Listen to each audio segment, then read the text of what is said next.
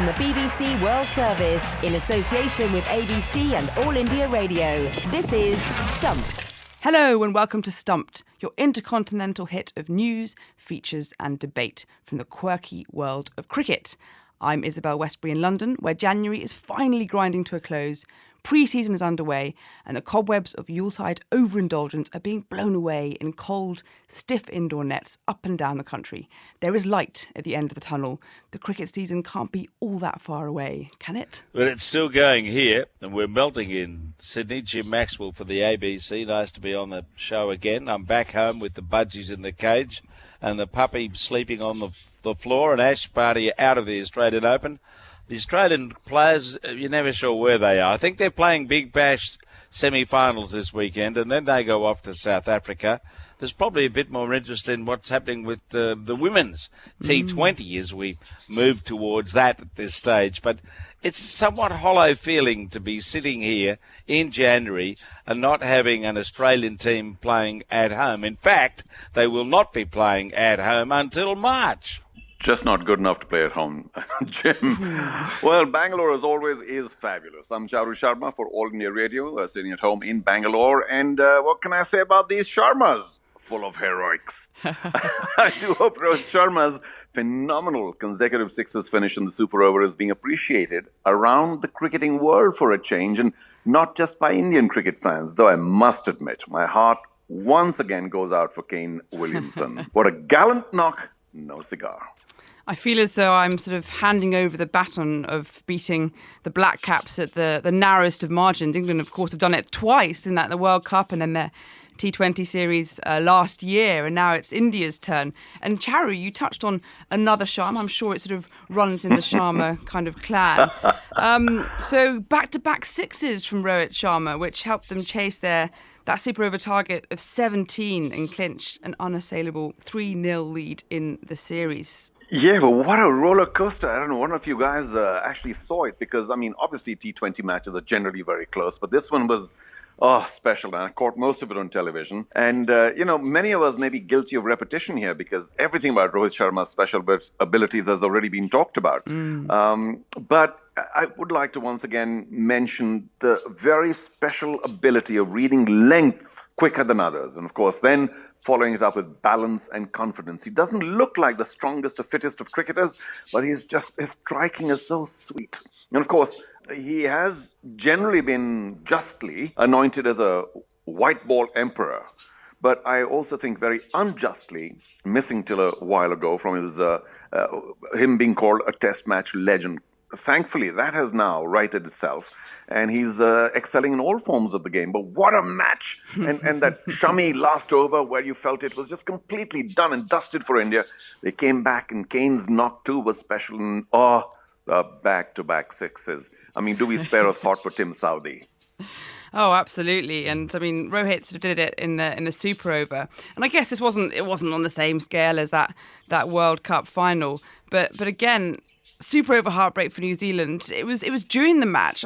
Jim, Shami's over was phenomenal, that final one. Yes, a little like his performances recently against Australia when he got the length right, and he's got the knack of being able to find that length, as Charu mentioned, and will often hit the stumps, of course. But to be able to bowl such a miserly final over when it looked like the game was gone was a tribute to his coolness, his sang-froid, whatever you want to call it. It's been exceptional. And in any form of the game, he's turning into a consistent performer who just thrives on the pressure of the game, and he keeps producing results like that one. So exceptional, just exceptional. Calm under pressure and do the basics, both you picking up length as a batter and then as a bowler. So that's the lesson for kids around the world, I guess. From the BBC World Service, this is Stumped on All India Radio. Well, next on Stumped, we stay with India and two extraordinary performances in India's Ranji Trophy that are well worth a mention. Firstly, and quite remarkably, Madhya Pradesh seamer Ravi Yadav, a 28-year-old left-arm seamer, took a hat-trick in the opening over of his first first-class debut. Pretty decent returns, those, Charu. Can you tell us more about Yadav? I gather the opponents, Uttar Pradesh, are the state he actually comes from. Sounds like revenge is sweet. Correct. Well, he's a wonderful young man. And once, of course, I heard about this, I found out his telephone number, gave him a call, and spoke to him on behalf of Stumped. Unfortunately, he's not quite, English is not, something that he would like to speak. And so it was a conversation in Hindi. But it's remarkable, and it does qualify as some sort of a equaling, at least, of a world record. So it's very strange that the Indian media didn't really make a bigger meal of it, which is, I suppose, not just here. But I had the pleasure of having a short chat, and he was playing for Uttar Pradesh at the under-19 level, which is this large state up in North India. And then, unfortunately, didn't quite get selected, got sort of turned away from the game. Injuries as well played their part, and he just stopped playing for Uttar Pradesh. And then some friend of his said, well, why don't you switch to Madhya Pradesh, which is this big, large central state. And their cricket, admittedly, is of a slightly lower standard than UP, and he's perhaps felt that maybe I can get a shot there. So he bided his time, and he said that I worked very hard on just keeping fit and keeping calm and waiting for my time, and improved as much as he could. Being a lefty seamer is always a little special, isn't it? The fact that he got to play this match, and this is the middle of the season, by the way, I think 5 or 6 matches are already over out of the 9 or 10, and he finally got a shot because Avesh, this other fast bowler, got a caller for India A. So it was one of those remarkably patient situations for him. And at 28, he's not a youngster, so his belief is very high. But the dreams need to be a little tempered. We were just talking a short while back about youngsters making it to national teams, 15, 18. But at 28, it's a little tough, although lefty seamers are always a little special. But he's a very nice young man. And, of course, those wickets are very special. 2 of them swung in and bowled. And one, of course, the first one tried to pull it, got a little edge to the keeper. And I suppose he'll remember this for a very, very long time. Got a fifer in that innings. But sadly, as he says, he'd like to have traded all of this, including the hat-trick, for the fact that they would have won. But they didn't. So Uttar Pradesh eventually won that match, and MP lost. But I'm so glad that he could get out of this, should we say, a sea of invisibility. Because there's so many people playing cricket in India, and rise into some kind of national reckoning with this terrific record-equaling, if not breaking, hat-trick. Well, yes, a record-equaling feat, because amazingly, Yadav is not the first cricketer to take a hat-trick in his first over. Ricey Phillips, the South African, who played 37 first-class matches, did it back in 1939. So it's a while since that happened. Jim, most people on their first-class debut are just happy to get the ball down to the other end. I don't know if you've seen that footage of Ravi Yadav's hat-trick, as 2 of his deliveries were Yorkers that shattered the stumps. I mean, nerves? What nerves? Well, I'd be interested to know how quick he is. I've seen the dismissals, one down the leg side, and then he's knocked 2 blokes over and didn't seem to have any idea where the ball was going. It reminded me a bit of what Mitchell Starc has done a number of times in his career in knocking fellas over. So if he's got the pace to back that up and carry on, I notice he's 28 years of age, then let's hope that he can forge a career. And it's always good to see a left-arm fast bowler doing some damage. But Charu might know how quick it's. Yeah. Jim, you are right. One of the first questions I asked him, I said, hey, listen, how quick are you? Have you ever had it measured? And he was very modest about it and honest. And he said, I'm afraid I have no idea. And nobody's ever measured it before. So I kind of started prompting him, 130, maybe 135, something. I didn't want to be too disrespectful. And he just had no idea. But I mean, I don't think he's express. I don't think he's anywhere near Mitch Starc or even the 140s. Well, I think it's very refreshing that that he doesn't know how quickly he bowls, and he seems to be very effective. Now, staying with the Ranji Trophy, the second amazing feat this week was that the young Mumbai batter, Sarfaraz Khan, followed up his first triple hundred with a double hundred. I mean, it's all very impressive, Charu, but that to me looks like diminishing returns. Sarfaraz has played for India under 19s. Is he lucky? Is he likely to get a full international call-up? I mean, it had better come soon, though, if he keeps scoring fewer runs than his previous innings. It's been a crazy story, and it could be written as a book, I suppose, but quite a roller coaster life and career for Sarfaraz so far. Obviously very committed. His father was a huge influence in his life, and so often just dropped him on the ground where he actually slept the night in the Maidans in Mumbai. Mumbai, where he grew up, because, it just saved him commuting time, lived a little farther away. He was the flavor of the season, is he, Jim? About 3-4 years ago. Got a call up for RCB, and of course his biggest heroes and idols are Kohli and ABD, and he tried to pattern his game on them. So he was doing this big 360.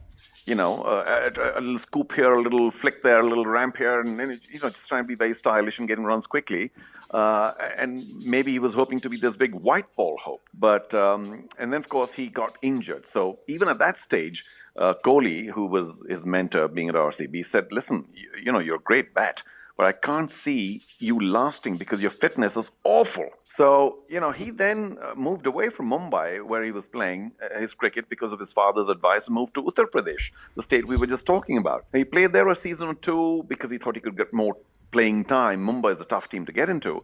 And then he got a little fed up with that. And then, of course, he said, well, why don't I come back to Mumbai? So it's been a little messy in his head for a while. And when you get back to a state, you have to have a cooling off period. So for 2-3 years, he didn't play for Mumbai or for any state because he was cooling off and hoping to qualify to play for Mumbai again, which he finally has. And luckily for him, it's all worked out very well now. Well, I feel as though you could make a novel out of both stories. Remarkable, really. And I wonder how they'll end. Now, Charu, last week we talked about somebody whose story did end extremely well, at least on the cricket pitch. Sachin Tendulkar has been coaching now in the bushfire relief game, and you called on him to do more to give back to the cricketing world and society in general. Well, I know, Charu, that you're a pretty big name in India, and it sounds as though Sachin has been listening. Here he is talking at the launch of the first Tendulkar Middlesex Global Academy in Mumbai. There were a number of occasions where I was not able to perform to my expectations. I failed also. But sport and the right team taught me to get back on my feet again and not find shortcuts. And that is what I'm going to share with all the kids here. That there will be tough challenges along the way. Don't find shortcuts. Don't cheat. You will get exposed in front of the whole world. This is not we want you to learn here. We want you to learn the right values. We are the diabetic capital of the world. When it comes to obesity, we are almost at the top. So we could change those things, and changing those things will only happen if we act today. Then the tomorrow can be better. And that is my message to everyone. You don't have to be a competitive professional athlete, but just for fun, play some sport, lead a healthy lifestyle. And that is what my message would be to everyone. So that's Sachin Tendulkar speaking in Mumbai. It's the first fully fledged academy to be launched since Tendulkar teamed up with English county side Middlesex to provide coaching opportunities around the world. And Charu, we've already touched on fitness and health, and Sachin, he delivers a powerful message at the end there about public health, especially in India. Oh, I'm so glad that, he is, I suppose, realizing that his word does count for. Oh, we always knew that, but was largely silent. And if he does go around speaking about things like, public issues in India, and there's so many, you can take your pick. Why not health and fitness? Because, so I'm glad that he has. And I just wish that he'd do a lot more and pick up many more causes, go around the country, be visible, have people-to-people contact rather than just television. And of course, he is a member of the parliament anyway, so he has every right to go around, and apart from being this superstar cricketer. So thank you, Sachin, for not listening to me as Izzy suggested, but saying what you did. And so much more for you to do, buddy. Let's get going. Well, Jim, we know about the influence that cricketers and former cricketers can have in India. And cricketing greats, the level of the fame of Tendulkar, have attained great potential to influence young people, not just in India, but around the world. How about in Australia? Which Australian cricketers give the most back, in your opinion, or have the biggest impact? I'd like to think they're more altruistic than a lot of people believe. And I know we've got a number of former players of consequence and reputation in the media, and they do a lot there. And they also, like Ricky Ponting, have foundations. But I think one of the important aspects around Steve Smith's redemption has been the fact that he's realised how important it is to stay in touch with the community. And in many ways, serving his penance that he did gave him the opportunity through the work of one or two other people to get out into the community and talk about a lot of issues related to the development of young people, particularly in the area of youth suicide. So I can't put my finger on anyone specifically in the way India could on Sachin Tendulkar. We don't quite have a demigod, a hero of that stature. But there are a lot of cricketers who do put themselves out in some way to make a difference. And let's hope there's more of it. We need it.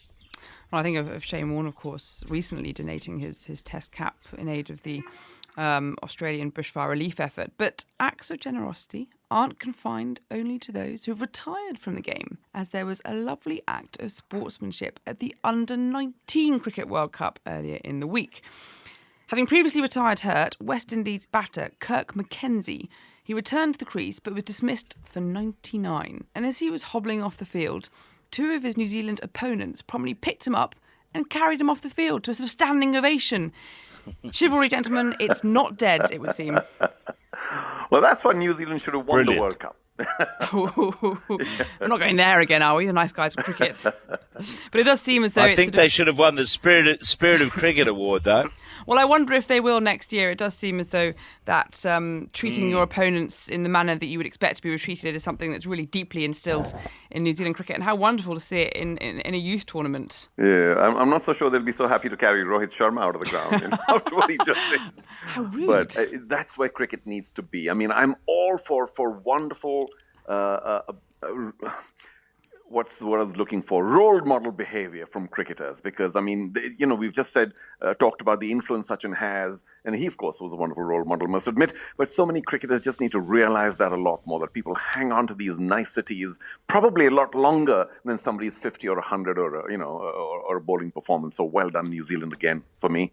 That's it for this week's Stumped on All India Radio. Keep in touch with us throughout the week on Twitter. We are at BBCWS Sport via the hashtag BBC Stumped.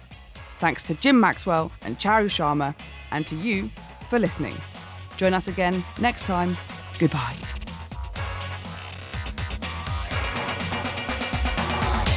Stumped is a BBC sport production for the BBC World Service in association with the Australian Broadcasting Corporation and All India Radio.